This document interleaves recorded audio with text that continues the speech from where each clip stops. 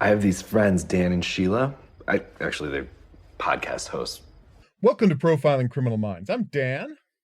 And I'm Dr. Redmond. And we are back for episode 8 of the season, where there are no major revelations and a lot of setting up. Yeah, so I'm sitting here, so who's gonna die? I know, right? I got to the end of this episode and I went, okay, so is Rebecca gonna die now? Oh my god, like I don't know if they can kill off 2 people in one season, but I mean, if any show was gonna, screw with us this way, it might be this one. Oh my god. I'm sort of looking. I'm real worried about her. I've been worried about her for a while. Yes, Things are too happy for these people. But then, we lost Will, so I thought maybe everybody else gets a pass for a little while. I can't say one way or another, but I am interested to see where it goes. Well, no, but as I said, I'm glad you had the same reaction. It's just like, okay, so they're not going to get rid of Tara. So is then now that Tara has spoiler alert, but yeah, spoiler alert. We assume people have watched the show. And if they haven't, they're here for us to spoil the show. So no, we don't worry about spoilers here on the show. No. So Tara has proposed to Rebecca at the end of this show. Oh, so she sweet. Survived, and it was a wonderful and everything. And there was actually filler cast in the background to boot to watch all of Tara, like extra characters in the background who we've never noticed before if they've been there and who have never had a line.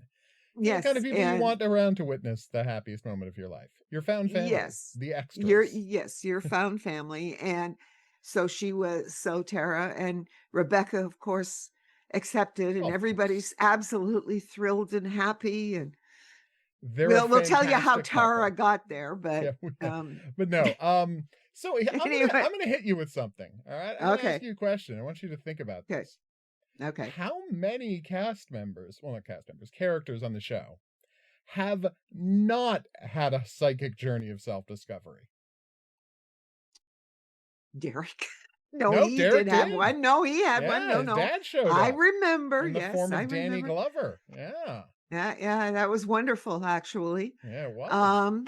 Okay, so I'm just trying. Hasn't had a psychic journey of self-discovery. Famously, Hutch did. Lola Glodini. She did. Her dad showed up when she got shot in the head. That's right. The airplane. She was the first character to have a psychic journey of self-discovery. Okay.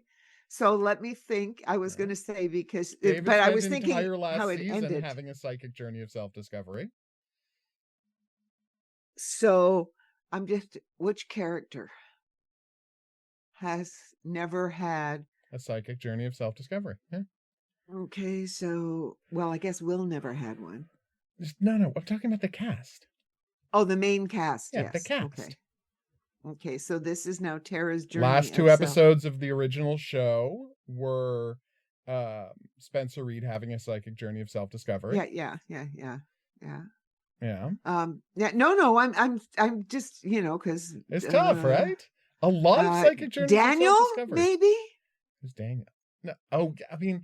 Do we want to say people who were in the show for 5 episodes? I'm kidding. We know Daniel Henney was around for a while, but and did the other guy, the guy that was there for a year. Steven. Steven. Yeah, he was there for half a season. I don't think he had a psychic journey of self-discovery. Okay. Yeah, but he was only there for half a season. It didn't work out. Yeah. And then Daniel Henning came in and Yep. And he Matt Simmons is the character's name, in case you're wondering. Matt. Yeah. Yes, Matt. The twin. Yeah. Of, the twins, as we call them. Muscles and brown eyes. Yes. The twins. Which is which? I still demand to know who Sharon Lawrence was talking about. Anyway. Not unreasonable that I am fascinated by this. Muscles and brown eyes. God damn it. Yeah. No, we didn't need... I mean, don't get me wrong. Nothing against Matt Simmons. Nothing against Daniel Henney. We didn't need 2 Lukes. It's as simple as that. We didn't need 2 Lukes. It was redundant. It's just a fact. Yes. Right. So what happens? No, what I was, Penelope, I don't think has ever had a psychic journey of self-discovery. No, all of her self-discovery moments or close to, and I'm beginning to wonder, well, yeah, we'll talk about this episode with Penelope. This is bad. Mm-hmm. But people may not think it's bad, but it's bad. She's never, no, like she's had the thing, like she's explained the stuff. She Yep. went and, forgave the guy who killed her parents. Yep. She's had journeys of self-awareness. Oh, yeah. But she's never had the psychic journey of self-discovery. Gone into a coma and had a psychic journey of self-discovery. It's just not Yeah, something she's even ever when done. she was shot, right? Even and when she almost was shot. died. She was only out for like one act of the show. She wakes up right away in that episode. Yeah. I'm like, because I wanted to check. I went back and I checked because I'm like, did she have a psychic journey of self-discovery that week? And I went back and checked. I was like, no, she wakes up right away. No, she has flashbacks, but that's not the same thing. No. She had those. This, that would have meant she needed to talk to her parents. Yep. To seek forgiveness from her parents. Exactly. That would be, and so, yeah, no, she's the only one or whatever that's interesting. Yeah. I mean, she came to all of that. They use a lot is what I'm saying. They like this device. It's a good device. And it's not a bad device. I mean, but it is strange that it is, Garcia that hasn't had it. Yeah, Garcia doesn't have it, like you said. Matt Simmons didn't have it. I guess Luke hasn't had a psychic journey of self-discovery, has he? JJ did when she kept seeing the torturer. Yep. She had a psychic journey of self-discovery. I just don't think Luke has. Can I say something supportive yet mean? His father. Is it because Luke doesn't have an internal life? Possibly. Well, there was that issue around his father. What was the issue around his father? I'm trying to remember this. It was, I know. It was way near the beginning. Okay. But his father was still alive, I think. Okay, so it's not like he was seeing visions. No. Okay. No. It was nothing like that. But he did have to work through some stuff around his father. And I'm not sure. It was weird because I think they thought his father was dead. We'd have to go back. We're going to have to go back and check the early, season 12. It was that, yeah. It was that season with Luke after, before, when he's just after he's joined the team, so to speak. I think that was, maybe that's the NCIS guy. Which NCIS? What? Wilmer Valderrama. You might be thinking Wilmer plots from NCIS. Okay, well, then that would explain why I have no idea what you're talking about. Yeah, if you have no idea what I'm talking about, I'm just all of a sudden I'm going, those two guys could be interchanged, and character-wise, they are very similar. I'm not going to disagree. Yeah, very similar characters. Yeah, they even sort of they look enough alike that they could be cousins. Okay. That's a reasonable thing. I'm not going to disagree with you. Okay, I'm sorry about that. The important thing is this is a cast that has a lot of psychic journeys of self-discovery. That's the only Prentice point I wanted to make. When? That's a good question. Did Prentice ever have a psychic journey of self-discovery? I don't know that she did. I think she had lots of, flashbacks to her time with Ian Doyle, but I don't think she ever And not the Ian Doyle, and even when she was doing the demon with Walter Goggins. Yeah. And that was, but it was still memories and all sorts of other things. I don't know that she's ever had a psychic journey of self-discovery. No. Yeah. So she may be the only one, though. Well, no, Penelope also. What I'm saying is we have the important part we're making here is that more characters on the show have had psychic journeys of self-discovery than have not. More cast members have had full-on psychic journeys of self-discovery than have not had them. I think that's fair to say. Yes, and we need to, yes, that's fair to say, and we need to tell people that if you want to understand the ultimate journey of self-discovery, psychic journey of self-discovery, can be found in the cartoon version of The Tick. Oh, the original Fox cartoon Tick. Yeah. Where we coined the term and we started saying psychic journey of self-discovery. It was just Oh, It was that's how things you are in these psychic journeys of self-discovery. if you Episodic. can go. And they end Yeah. abruptly. Yes. If you can just go off. Yeah, track that down. You need You're not going track to be that down. disappointed. The No. episode is called The Tick versus Proto Clown. And Yes. that's all we're going to say about that, because this we won't spoil. Uh, No. Not at all. just Okay, so let's get back if to only criminal. there was one problem. He hated being laughed at. Clowns are funny, right? So wouldn't a big clown be that much funnier? There was one You would problem. He hated being laughed at. laugh at. It's one of my favorite television episodes of all time. In case you're wondering Yeah. why we talk about psychic journeys of self-discovery so much, it's Yeah. because this is just one of the best episodes of television ever. But that's enough about Proto Clown, our Yeah. beloved Proto Clown. So the episode Yes. opens with Tara having been shot, and we can just zip through and let's talk about her, right, storyline this week, which I gotta say, I had a good time with, because we had like one episode talking about how she had to hold the family together and her father didn't know how to parent without the mother there, and it was a good episode. But that's like Yeah. all we've ever had. And so Yeah. they And her finally brother was a decided to mess. yeah, exactly. Her brother was a complete mess. So they finally decided to follow up and like tell us that backstory and let us inside a character who the show keeps acknowledging has real issues with being closed off. And I love that. I love that they're fine with acknowledging this character's major flaw is this incredible closed offness, right? Yeah. Whether I think that this was successful enough from my perspective in terms of like the big picture of resolving her relationship issues No, or being closed off issues, but it was good. I think it's a good first step for the Yes. character. I Yeah. think it really is. Yep. Because everything whether it's the ghost of her mother or her own subconscious, however you want to read that, everything they said was very well tuned to how this character has behaved on the show. Oh, yes. And I think it is yeah, her mother, she sees her mother's old and then her mother as younger. The mother's going, why are you always so miserable? Why are your houses always so miserable? There's no color. And void, right? Void of Yeah. any personality. Yeah, you'd never know she was living with someone. It's like she has to take control of everything. Yeah. You'd never know. I mean, it's almost as if her mother is saying, look, I don't even see Rebecca in your house. Yeah.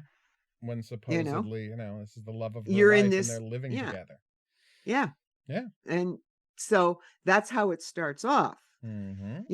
and then, but she doesn't understand that when she first starts, right? Yep. That she's been shot. And of course. Yes.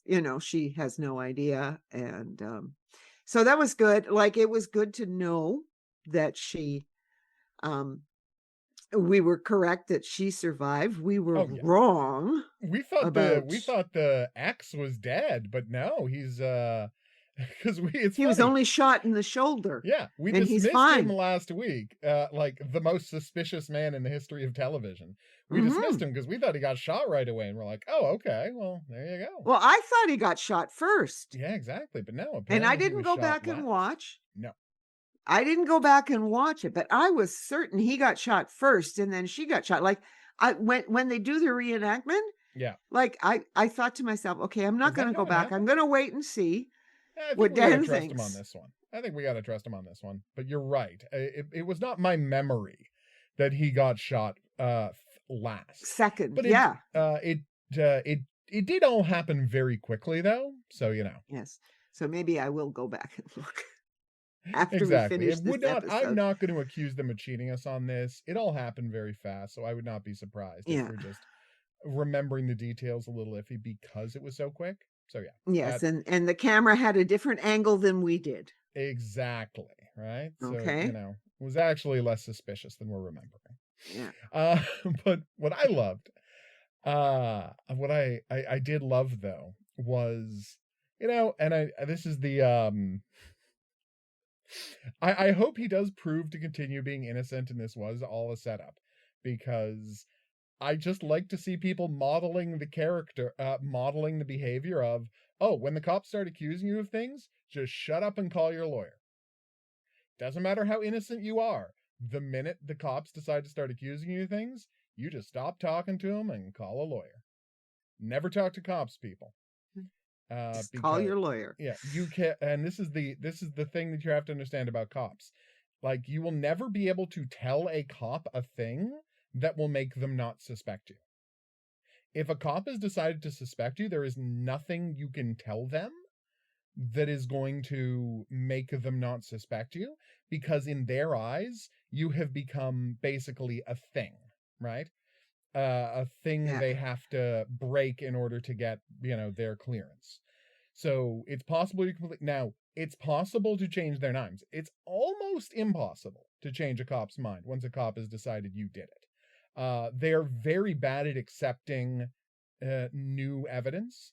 For example, the character that Mariska Hargitay is plays on SVU.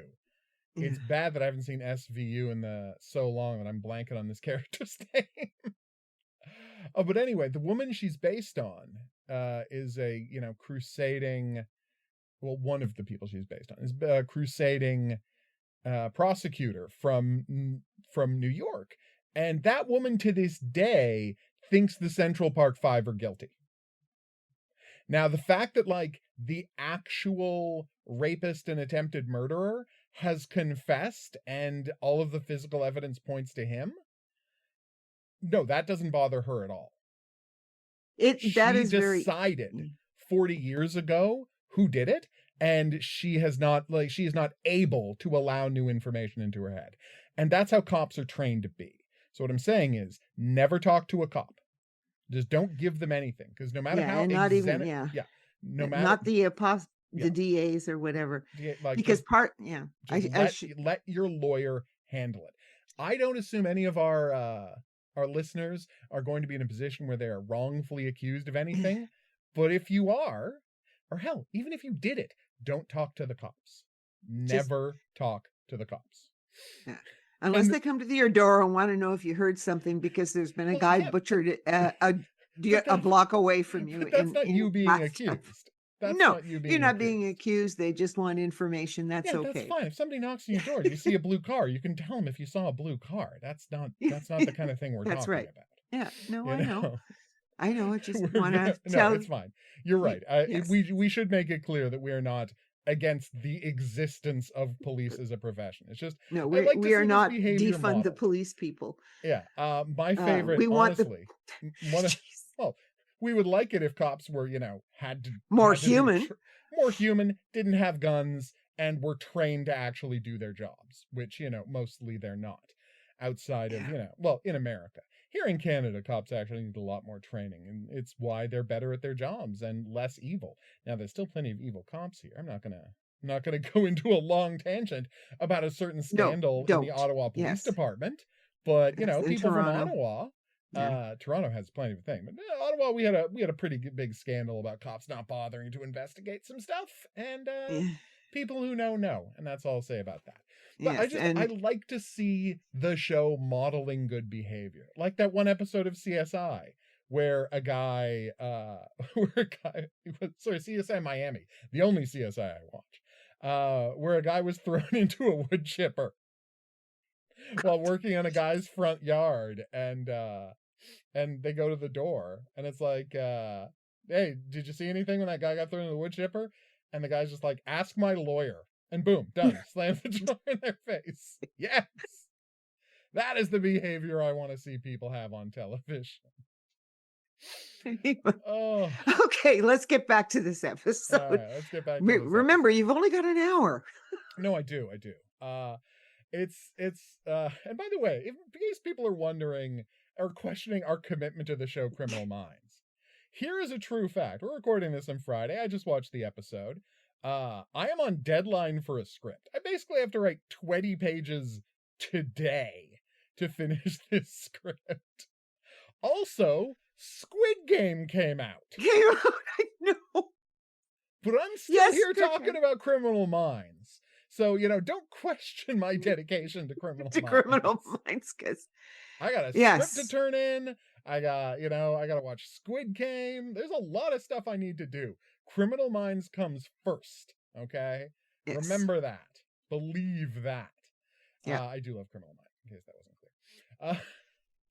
Anyway, so we'll all right. So yes, we have to do the investigation. Now, in regards to the investigation, they can't track down Penelope. Because of course Penelope is it's interesting. She really does want to prove something by Voight being okay, like by there being a person in there. Yeah, well, see, here's the thing. I mean, they all get together and they're tired and everything else. And Paget Brewster, Fantastic Brewster, speech from Emily. Emily gives a fantastic speech, Just because nobody's wanting to admit anything. And she's going, look, I'm dead tired. I don't want to, I want this run to down. And we don't have to pretend we don't need a break and we don't need help. Like, I love that moment. Yeah, it was a good moment. And then she said, okay, now that I've said that, how many of you are tired?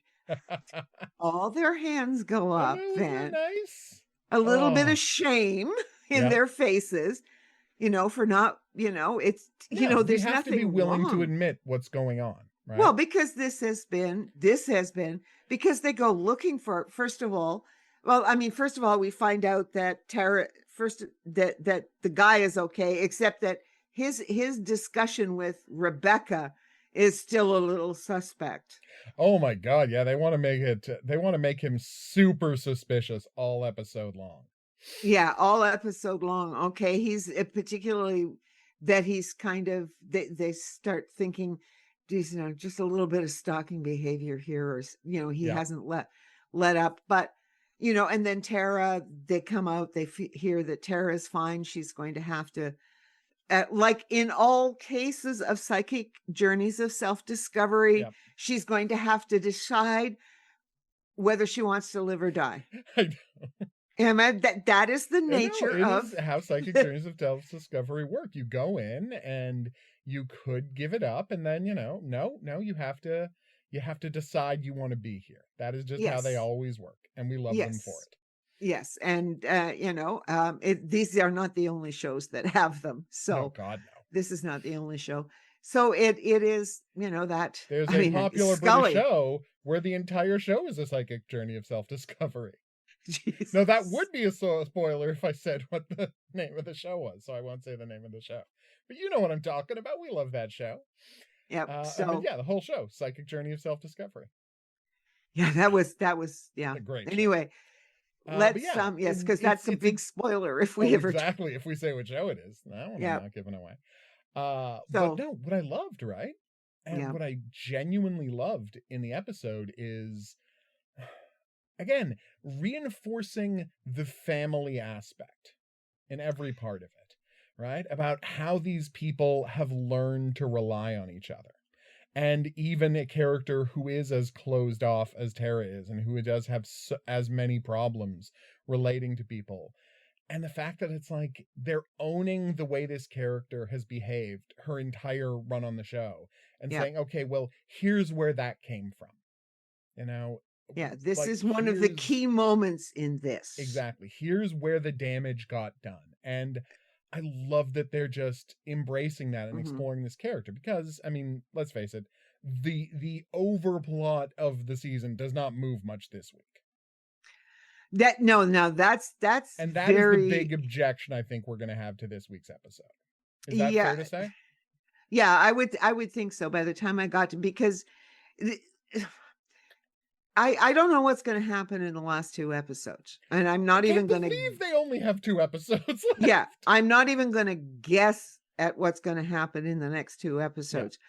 Yeah. But there's some problematic things in this episode, but they're just focusing mostly on on our main cast, Yeah. okay, and how they're trying to work through because I guess at least 6 weeks have passed by because I can't see Tara having been No, 2 weeks. We're asked to believe that she's up and at 'em in 2 weeks. in a wheelchair. Yeah, I think we all feel Yeah. the same way about that revelation, but they have to structure the show the way they're going to structure the show, and Yeah, apparently okay. she's fine and walking around after 2 weeks after getting Yes. shot twice in the chest. And can get out of the wheelchair and down on her knees to propose. Yeah. Okay. But it's still yeah, sweet. fine. But the thing is, it's like, yes, it's preposterous that she's healed that fast, but it's a very sweet moment.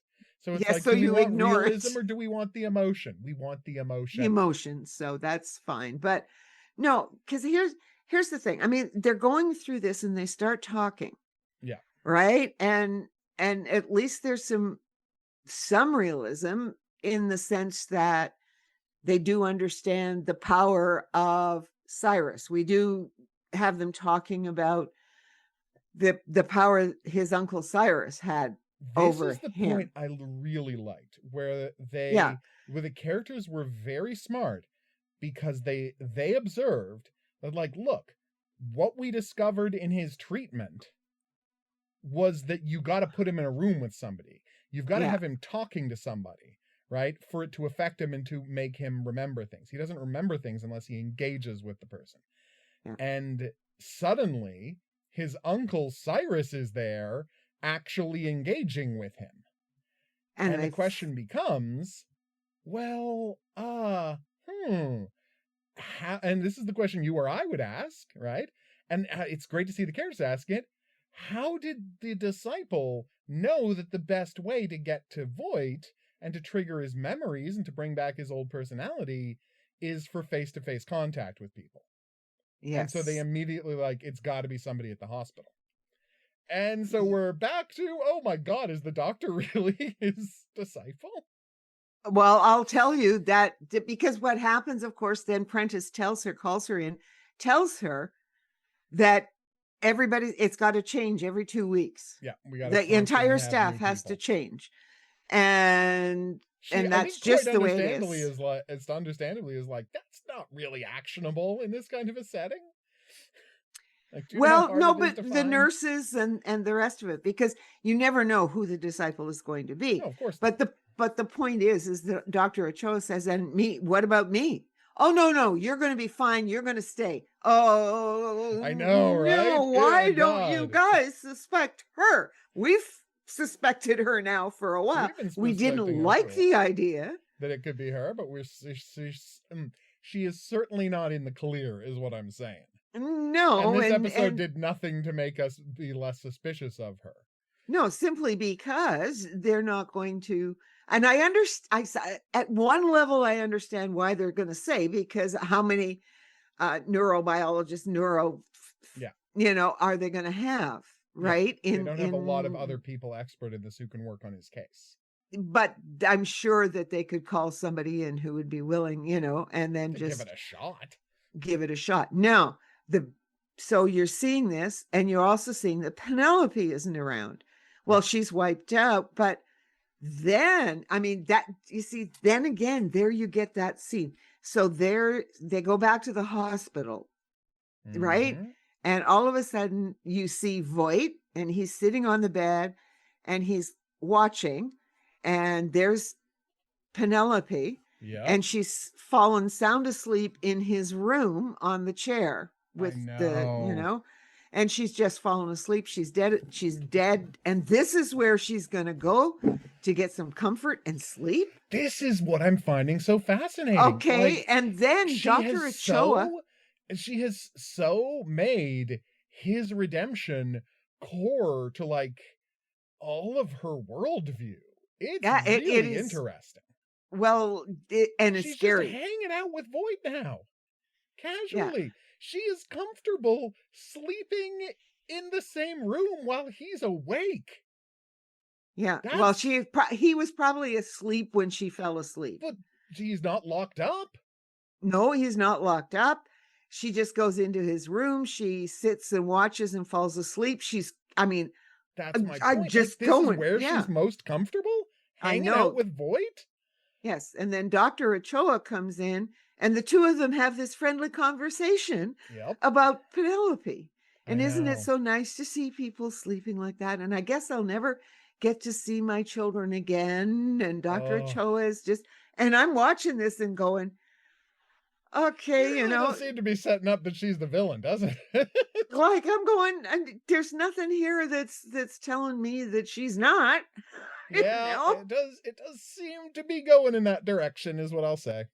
you know, We might and not be happy about it, but we can't say they're doing a bad job. you know, I mean, maybe she's not, maybe she's not, Yeah, maybe she's great. Who knows? who knows? But and it's somebody else. But there's only so many people that it can Available. possibly be. And honestly, just from a writing standpoint, from a viewer, servicing your viewer standpoint, if it turns out to be someone we've never met, we're probably going to be pissed at you. Oh yeah, yeah, oh yeah, oh yeah. You can hear us now. Already Okay, going in that direction. and the thing is, I mean, you might talk like I would see if there was someone on the team, it would have to be Tyler because he's the one Yeah. that's had the most interaction Well, and that's with the the comment I network. got this week, is that because we were talking last week, right? Yeah. About how we talked a lot about how the only hacker on Penelope's level is basically Mr. Scratch. I'm Mhm. like, I didn't see him die. Maybe Mr. Scratch is coming back. And of course, the commenters were like, well, while not entirely on her level, Tyler is definitely a top tier hacker in the world of Criminal Minds. Yeah. And I'm like, that is true. But they would have to do such a lot of heavy lifting to Yeah. find a justification for Tyler running this. Well, that's how I see it, right? As well. Yeah. That would That be a very hard thing to justify, is my yeah, take on that. I no, but again, you know, in season 1, he's just one of many people. Yeah. And and the impression we've had is that Voight has kept him out of the network Yes. because he always knew that Well, Tyler not was just entirely. Like he does give him the bomb after all. Like he does give him but the it wasn't a bomb. real bomb, right? No, it was. Tyler's the one who disassembled it. Tyler's the one who made it not a bomb anymore. Okay, so No, he and didn't that would have been fully a trust test. Tyler. Exactly. It was a test. He Yeah, didn't fully trust Tyler. It was a test. yeah. And the Tyler thing failed. Is, well, yes, Yeah. of course. Of course Tyler failed. He's a good guy. Yes. I but think so. I'm just saying it would be quite a lift for them to justify Tyler being the lead disciple.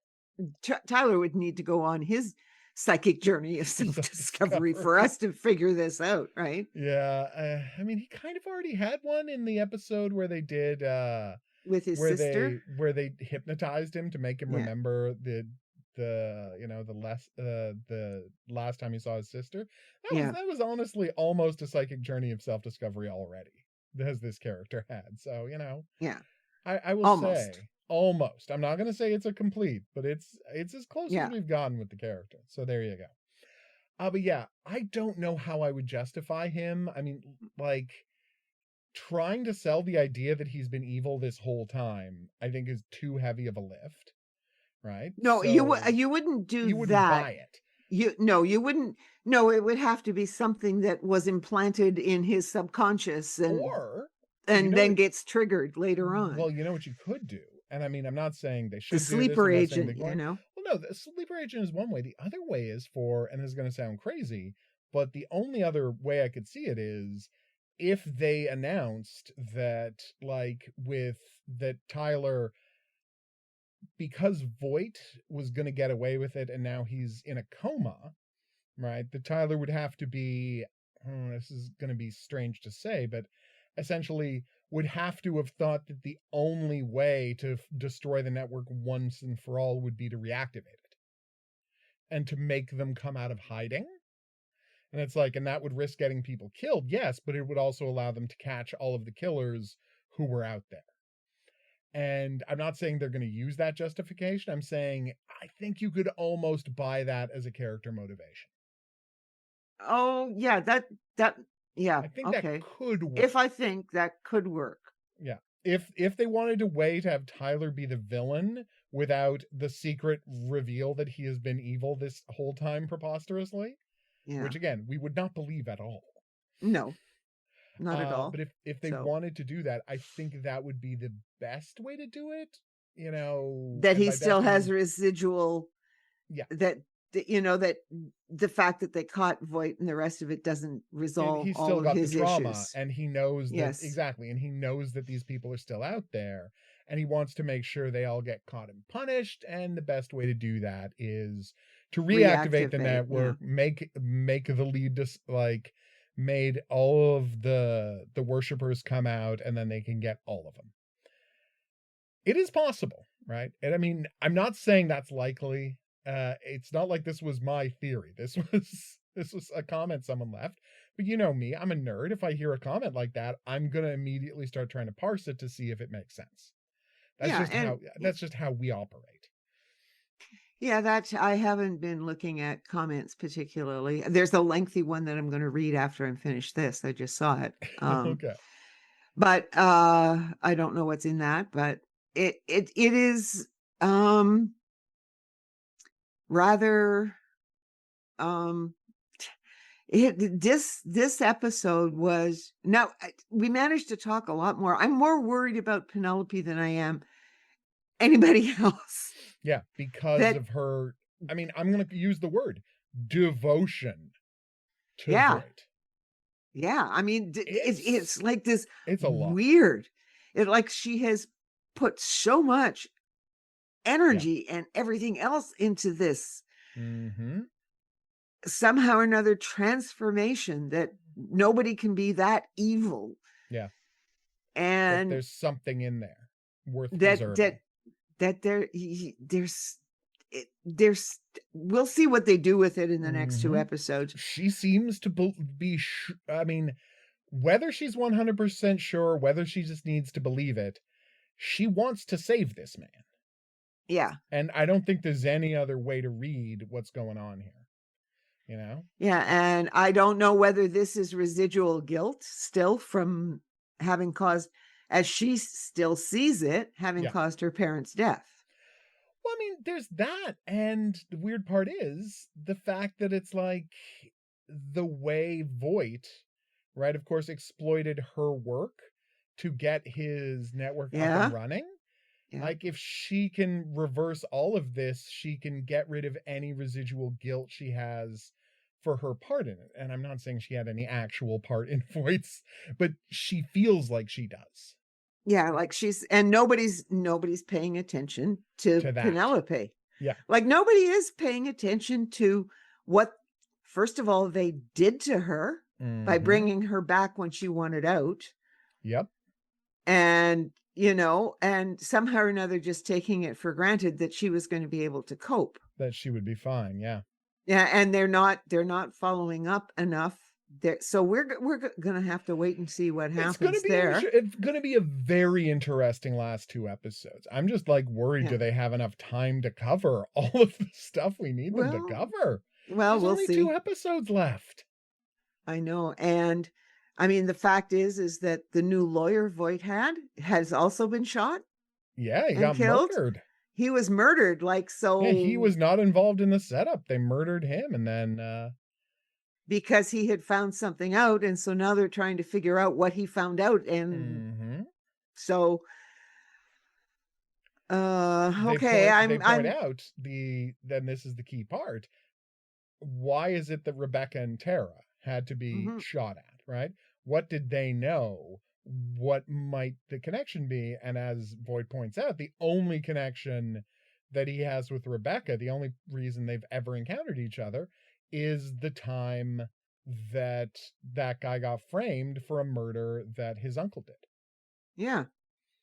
And the question becomes, okay, well, what evidence could there possibly be for this ancient murder where now the guy has been sprung? Right? The guy's not on death row anymore, as we learned this week. He's doing motivational speeches, right? Yep. Doing There's motivational speeches to help people. I know. That's a whole other conversation. But yeah, doing motivational speeches to help people getting out of jail. Like seems like he's turned his life around. And the question is, okay, well, what could this possibly mean then? And I got to say, I'm very intrigued to see where that aspect of the story is going, because we know we're going to get a reveal. And they've got all these but when we leave off the story, they've spent excuse me, 2 weeks going through the files and found nothing. Yes. So yeah, there's no satisfaction on that plot line yet. Sounds frustrating, but we just got to be calm. We don't have to wait that long. That is the one nice part. Next week. Yeah, hell of a week next week. Oh my god, well, that's a whole other conversation. Yeah. But we'll see how we are, but we'll see how we're doing next week. Episode might be delayed till Saturday is all I'm going to say about next week. Yeah. Don't be shocked if you're not hearing from us till Saturday. And I mean, it's not like you're immediately downloading this on Friday, everybody. I mean, most of our downloads happen over the course of the week, and some people download on Friday, of course. But yeah, there's a certain number of people that download that have it set to auto download. Yep. Yeah. So on Friday they just their podcatcher just automatically downloads the episode. And I'm just saying, like, it might be Saturday is all I'm saying, right? Yes. Because next week's a big week. Yeah. And I mean, literally, it's another episode about coping with the loss of a family member. This, I tell you, I know, I have to admit, I went through, like, I'm watching this, and I mean, the whole focus for Tara's psychic journey is that she never got angry. She never she never got angry at her mother. She's closed herself off. She's had all of this rage inside her all the time. She doesn't want to deal with it. Stole that time they could have had together. Yeah, because the mother never told them. Yeah. Anybody that she was dying of cancer, that she had cancer. And so she knew that Tara would leave university and come back to care for her. And she didn't want Tara screwing up her life. Yeah, well, guess what? Yeah, it best laid plans. It doesn't happen. I keep saying, would you please stop trying to save everybody? And I don't mean the show. I mean in our lives as well. Like, stop this whole business of, but I'm going to decide what's better for somebody else. Deal with the crap and the shit right away. So Tara left university for 2 years. She could have gone back, and she would have gone back. Yep. She's a and she would have. She could have spent that time with her mother, but her mother decides, no, it is better. So so Tara has spent all these years seeming for us like a sociopath. And it's really just she's closed off and damaged because she never got to have, because her mother didn't robbed tell her of all of this time with her mother, because that's the thing. I mean, I don't want to sound callous about this, but dear Tara's mother, college isn't going anywhere. You are. Yeah. She can always, like you said, she can always go back to college later. She can't get more time with you. Yeah, that's exactly it. And I mean, and you can tell where this is coming from us. Yep. We needed more time. It's not complicated. It's not complicated. No, it's not complicated. What we're talking about here. Yeah. And so we're not speaking in coded language. No. And the anger thing is, it is real. I mean, for me, absolutely. It's the anger. You still have to get it out. Of course. Because there's anger at all sorts of things. Like if everything could be different. And if you don't, well, and it's not like none of this, you can't change the past. Of course. And what is, and nothing is going to bring back that person, no matter what you say, whoever it is. Right. And in that sense, you could just see how, and therefore, therefore Tara doesn't want to get involved with anybody because she doesn't want to have to make the same kinds of decisions her mother made. She doesn't want to have any more loss in her life. She doesn't want to, there's a whole stack of things. This episode breaks down so much of explaining her character, and they do it so elegantly. Yes. And it almost slips by you. Yeah. It almost slips by you. You don't realize just how, if there's one complaint I could make about it is just how revelatory this is. Yeah. for Tara. Mm-hmm. And it's only when we're talking about it, like when I finished watching it, I'm just like, yeah, okay. The anger, yeah, all of this stuff, All of it tracks. accepted, but it tracks for everything we've been talking about with Tara all along, like, and her brother's breakdown basically Mm-hmm. after her mother died. Her mother screwed everybody up Yep. by not allowing them to have that time and not allowing them, and not, her mother would have been better off preparing them. Yep. But the whole problem, of course, is that the past is the past. You can't change it. You can't bring back the dead no matter how much you want to. Mm-hmm. And dead is dead. Yeah. And that's always the most difficult part of Part it. of coping with this. Yeah. And the anger that she bottled up, I mean, but this is just for other people who are going through things. It is better to just have it all up front Mm-hmm. and out there. Well, her mother got her into her head that it's like, oh, well, everything will be normal right up until I die. And then it'll be like tearing off a Band-Aid. But what you're really saying is you don't want to have to be a part of the grieving process. That's right. You want to let them have to do all the grieving of your own.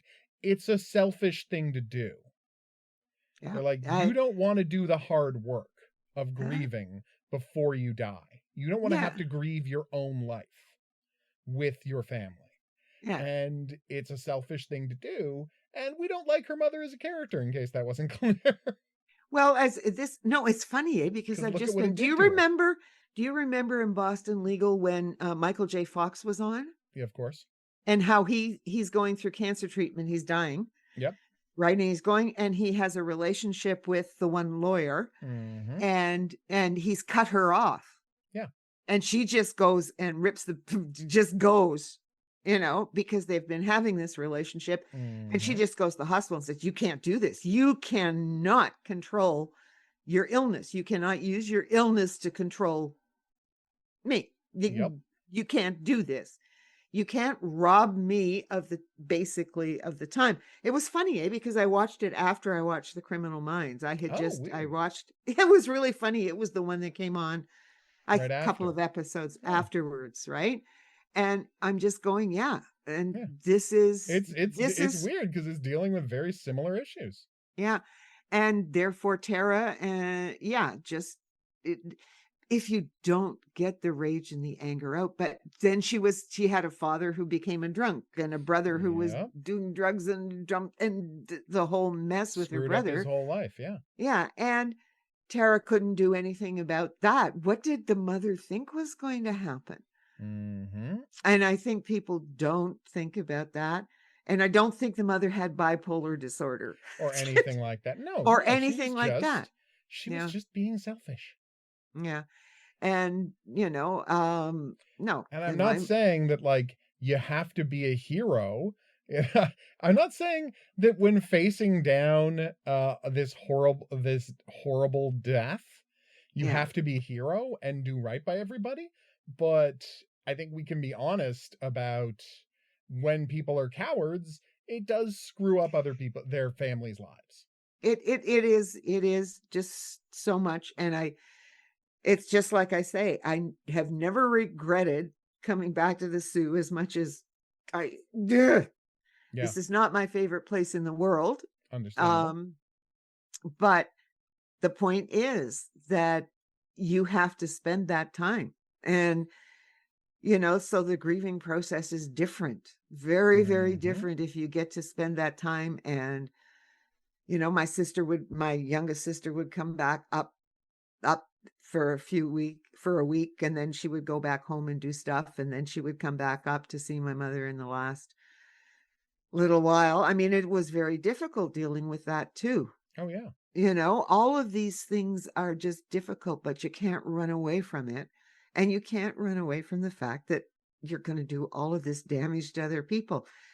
I will get over I won't get over Redmond's death ever as such, but I have got grandchildren. Yeah.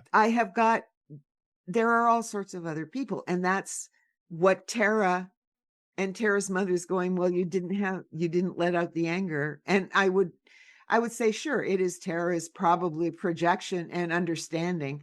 She had come to a crossroads anyway. She's now close to death herself. Yep. And she has to decide, whether she's going to keep fighting or she's going to let go. And she great decides. Performance by it was a great performance. And we won't get an awful lot. We're projecting an awful lot of stuff onto this. Of course. But it was this whole season. I'm going. You kind of have to this year. Yes, and just to tell everybody, next week, Dan's brother, my elder son, would have turned 50 next Friday. Yeah. If he had lived. It's going to be rough. So it's going to be rough for us. It may or may not. I suspect we're going into, when we watch the episode, I mean, we are going into the last 2 episodes, so there's not going to be the same kind of emotional pull. No, we assume the plots themselves of the episodes are going to, themselves are going to be very mechanically plot oriented the next 2 weeks. Yeah, they're not going to have, the huge amount of time for the personal introspection stuff into the characters' lives. Yeah, because so we've got 2 2 of these lives with JJ at the beginning and then Tara now. And I'm just, and Rebecca here. Why do you think we're so afraid about Rebecca's? I know. The possibility of Rebecca not surviving. Because we don't look at anything that's going to be happening, right? We're not taking anything for granted now. No, and so we'll see. But and personally, I'm worried about Penelope, and nobody else seems to be really worried about Penelope. On the level they should, anyway. Yeah. Everybody's, I think, understandably distracted by the circumstance. Yeah, but they can't find Penelope. Well, maybe you should go looking for her. And maybe somebody should think it's just a little weird that you can find her in Voight's room. Mm-hmm. This is not all her time. Good. No. I think, and even Luke and Tyler were supposed to be looking out for her. Yeah. Get back on it, guys. Come on, get back on it. Yeah. So we'll see what happens. And we're definitely going to see what happens next week. It's going to be intense. And the thing is, like, we can't even talk about the killer this week because we find out that he was an incel creep. Yeah. He was the pickup artist killer. We never meet him. I will do my we never meet him. We find out who it is. They track down his car, and then he's been shot in the head and left in the trunk. Yeah. So there you go. Like, okay, well, we have a problem solved, but it doesn't mean we have a character we can really dig into. Well, although I do like that last week. I'm not saying that I'm not going to overpraise them for their priorities, but last week the killer was themed after being, divorced guy energy. And this week it's an incel killer. So there you go. Yeah, well, and it was, so there you go. And we don't know anything more. Well, we'll find out more stuff next week. I was a little surprised at the episode, I will say, when I was finished it. Okay. That only because it was so,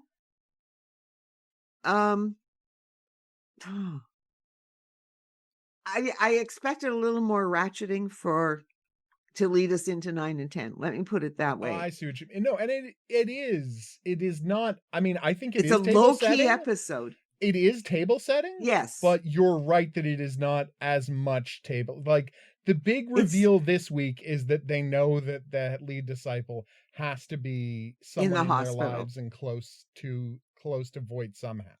That is the big reveal, but that is the only, and that is major table setting, but I would agree with you that it tends to get buried over what is largely an emotional plot this week. Yeah, because for me, that is the key. That I will agree with you on that. They're not getting rid of Ochoa, but this is, they're going to rotate the rest of the staff on the floor that takes care. So that means he'll get a different physiotherapist every 2 weeks. He'll get a different nurses, this. Yeah. And they're talking. Point out that he's going to be going to jail, back, and he has to start to cope with that. right? Yes, that's Dr. Ochoa, though. I knew that was what I was about to get to. I think Yeah. it's interesting that it's like it's Dr. Ochoa telling me he's got to get himself prepped for prison. Is that his lead disciple's attempt to make him start thinking, is there some way to weasel my way out of prison? You We'll know, like see. Yeah. is that what was really happening in that scene? You know, like Yeah, there's yeah, yeah, plenty that you yeah. could say was going on in that scene. It might not necessarily be as innocent as you first Well, suspect. it was creepy. They were like too friendly almost. Exactly, right? Like That when was they what I were noticed. watching Penelope, I Penelope. got the creeps with that, it's I like get it. they're way too friendly here. Comfortable with each other, you know, what with Yeah. him being a serial killer. And he doesn't remember it, and he does. I mean, he's remembering more and more all the time, and he doesn't want to do it, but at the same time, it's real creepy. Mm-hmm. So, and the team isn't completely, um, without understanding Yeah. that the big thing the week before was bringing Uncle Cyrus back into the game. Mm-hmm. Now, okay, I'm going to talk about two plot things now, right? This is Okay. not, you know me and my quote unquote criticisms of plot stuff. Yeah. I'm always going to have something to complain about. That's just who Yeah. I am fundamentally. But what I'll say is vis-a-vis the Uncle Cyrus stuff. I'm glad that we saw this week that, like, oh no, he's dead. I remembered him being dead in the first season. I Yes. remember they confirmed he was dead. Okay, good. Now, of course, he didn't go back and check, but he was in fact dead, and we confirmed that this week. But here's my question, and I think we can just write this off as being you let them have this because nobody really knows how this technology works, and technology needs to work in the way the plot requires it to work, and that's all we're supposed to think about it. But I don't understand how there is enough audio information about how Uncle Cyrus sounded to create a fake version of it to taunt Voight last week. See what I'm saying? Oh yeah, no, it's funny we didn't bring it up last No, we week. didn't bring it up last week, but No. as they were talking about it this week, I'm like, how Yeah, do they but have his voice? And I think this is just a cheat. I think we're just expected to accept that this is a cheat, and we'll just be like, yeah, no, okay, somehow it's like, this is not the kind of guy who is making he recordings of never himself. made a recording of himself, and I can't see Voight his having done so, no, no, nobody's made all of these. We always know how he sounded, but yeah. yeah, So that's just worth so pointing out. It's implausible that they could have a deep fake that sounds exactly like him simply because there wouldn't be any audio records of this man's well, voice. not only that, but they've got pictures of him when he was younger. I know, and it's like, and this is a man who was like a full-time serial killer who wasn't exactly getting a lot of pictures taken of him. So it's implausible, is what I'll say about that. Okay, so that's point one.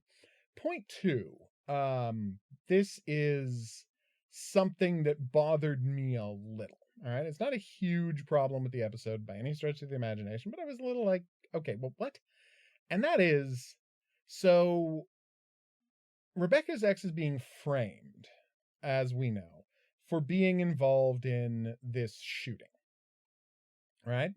They want to make it look like he was jealous and killed Tara, had Tara killed, and they managed to find a killer that the guy who both had an association with the network and had an association with him, albeit an incredibly minor one, right? Mm-hmm.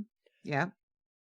But then we find out, but my point is, it only works to frame him, like the only thing you can frame this man for, plausibly, is a jealousy-based attack on Tara, correct? Like, that is the only thing you could That's the only thing that I thing you can could think of at this believably, point. yeah, right. It's the only thing you could plausibly frame this man for doing. But my question is, we're then led to believe in the rest of the episode when we find out that he was not responsible for any of this. We are led to believe that that the lawyer only just found out about the situation vis-a-vis, right, the old case involving the woman who Cyrus killed, right? That somebody And else was blamed got framed for. for, exactly, right? So if it does have to do with that, the lawyer only just now found out about them and called them about it. But we find out that the DNA for the mask to put on the lawyer was all planted like weeks ago. You see my issue, right? Oh, Well, no, yeah. like stolen, not planted, but stolen like some time ago, like a week ago. And my question is, when did they come up with the plan, right, to do this? Well, that part of it was kind of weird in that I don't even think it's plausible to somehow or another have that DNA put the way they say that it could be done. I mean, you just have to kind of accept it, but It's weird, right? it Because the was idea is they went in, he stole a piece of laundry, they stole a piece of laundry, and this allowed them to get his DNA, which they put on the mask to frame him for, to connect him to the murder of the lawyer, right? But the problem is, and this is where, like, just plot wise, it doesn't really track, what you were framing him for was trying to kill Tara so he can get Rebecca back. Like, killing the lawyer, in how does that fit addition, in? Yeah. how does that fit in with the plausible, right? The idea, why would he also kill the lawyer?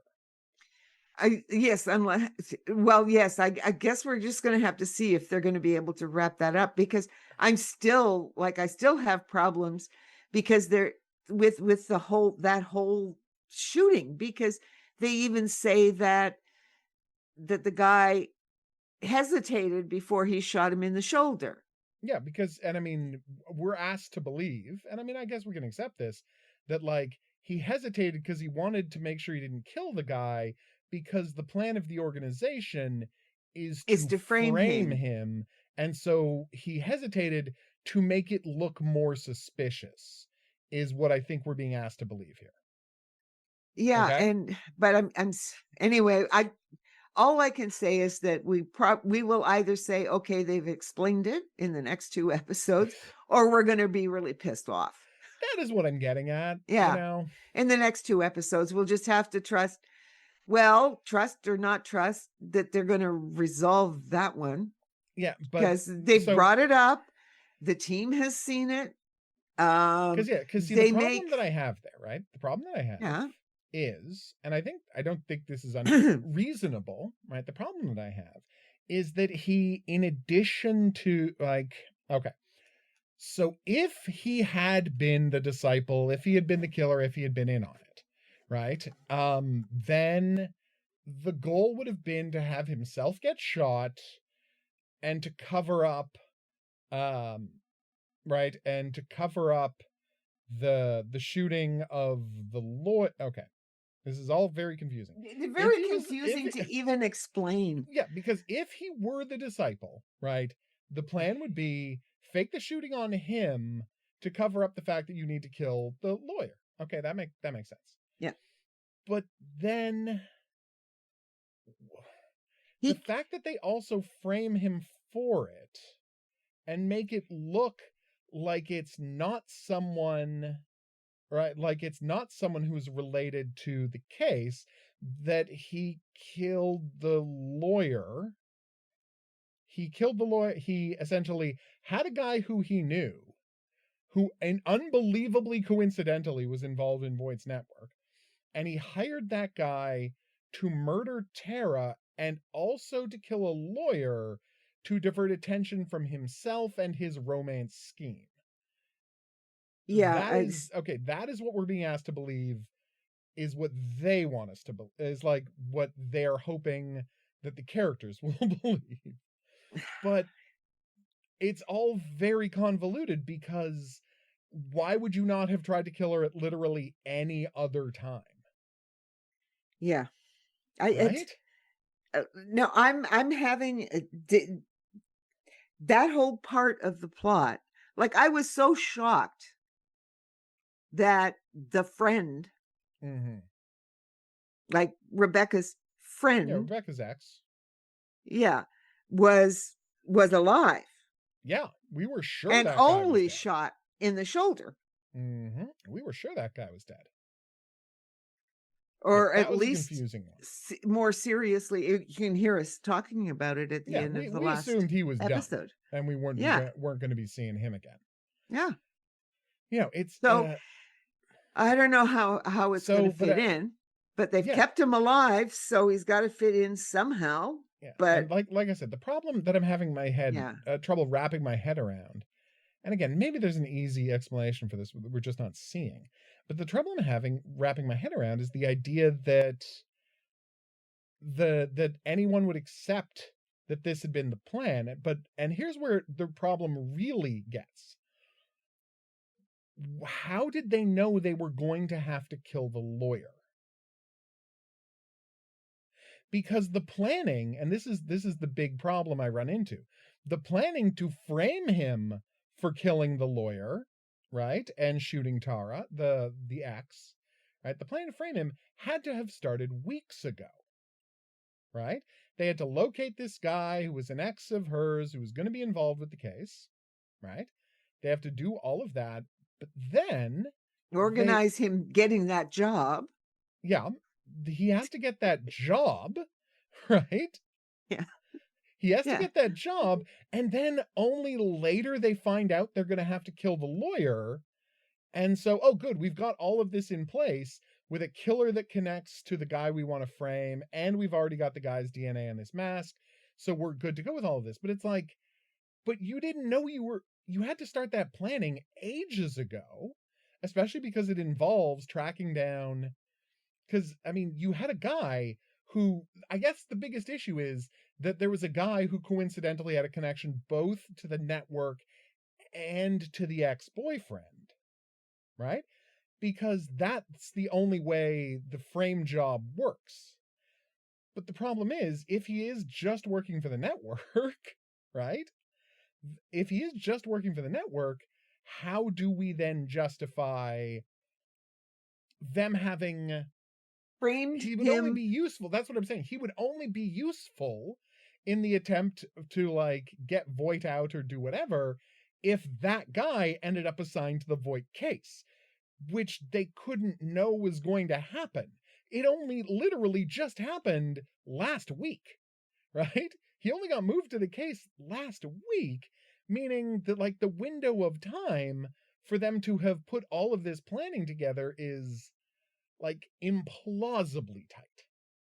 Do you see why I'm rejecting this part of the plot, right? Yeah, well, yeah, it's the part that bothers me the most too. That whole part of it, like all the other stuff, but as a plot, it just there's something wrong with it. We'll see. Yeah, there's just something about it that bothers me, and it's that, and I think Yeah, that fundamentally the problem is, when did they put this plan together and for what reason? Because we're being asked to believe that they only decided they needed to kill the lawyer because he after called. the lawyer, right, after the lawyer Yeah, that's what phoned you're. up and said, I have evidence, Yeah, I right? I found have evidence something. that you guys need to see. I have found something that Tara and Rebecca need to see. And my question is, if they only made the decision to kill the lawyer after that, and by the way, that all happened on like the same day the boyfriend got assigned to the case. Yeah, so Well, we'll. okay, maybe not the same day. Maybe it's the No, day after, but the point is, actually, it might be the same day. We would have to check whether it's actually the same day, but legit, it might be the same day. And so that creates this situation is like, when yeah, did they because that was in the plan? morning, and then it was later in the afternoon. It was at I night think, that they yeah, were going off to the. I think it was all the same day. We'll see. Or even if it was one extra day, the point is the dude got assigned to the case within 24 hours of them shooting him and framing him for killing the lawyer, a thing that we have no reason to believe they even knew they were going to have to do earlier that same like earlier that same day when he was assigned to the case. So why were they already prepped to frame him? Okay. That's Now, the problem I have.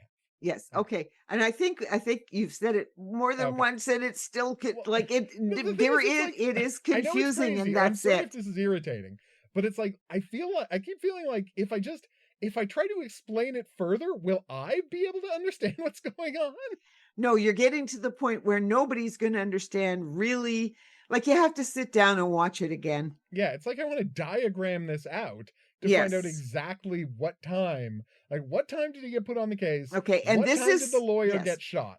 So this means that we have to watch the last two, because the other things we have said, like reactivating the network and everything else, like you've brought up this Tyler thing. Yeah, that's interesting. Yep. But we've kind of figured that Voight did that.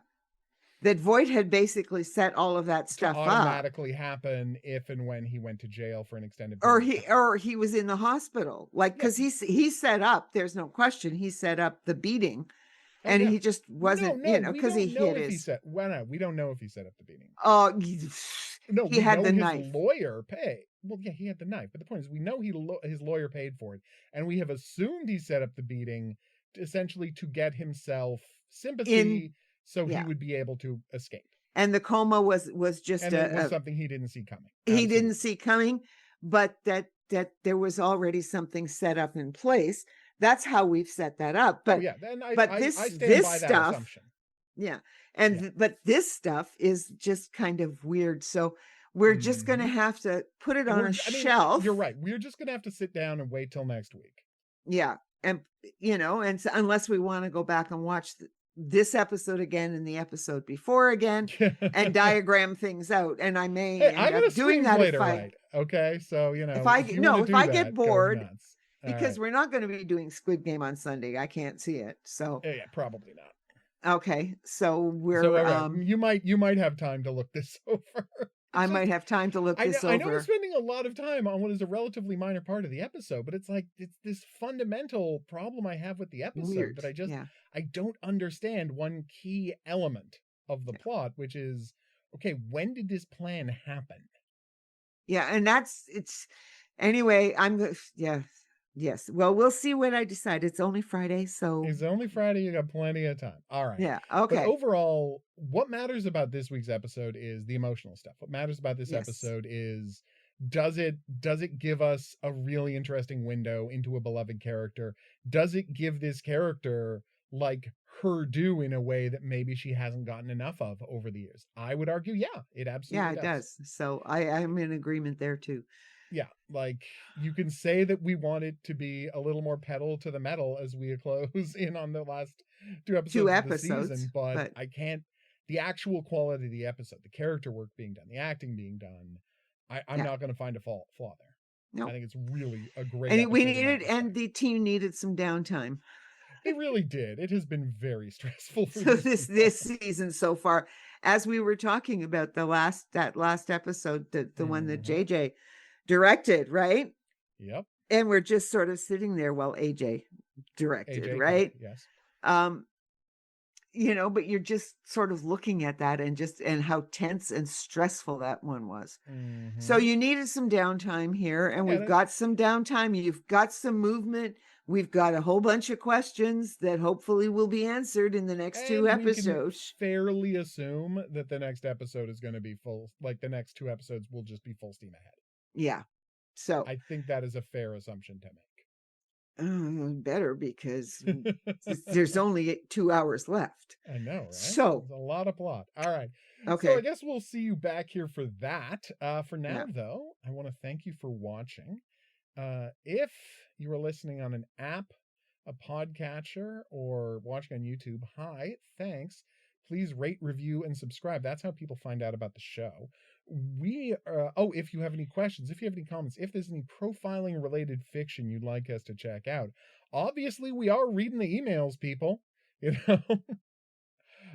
Drop us a line at profilingcriminalminds@gmail.com, or comment on any of the Podbean or Facebook or whatever. We would love to hear from you. All right, we'll see you back here next week as we enter Endgame. But until then, I'll say that's right. Au revoir.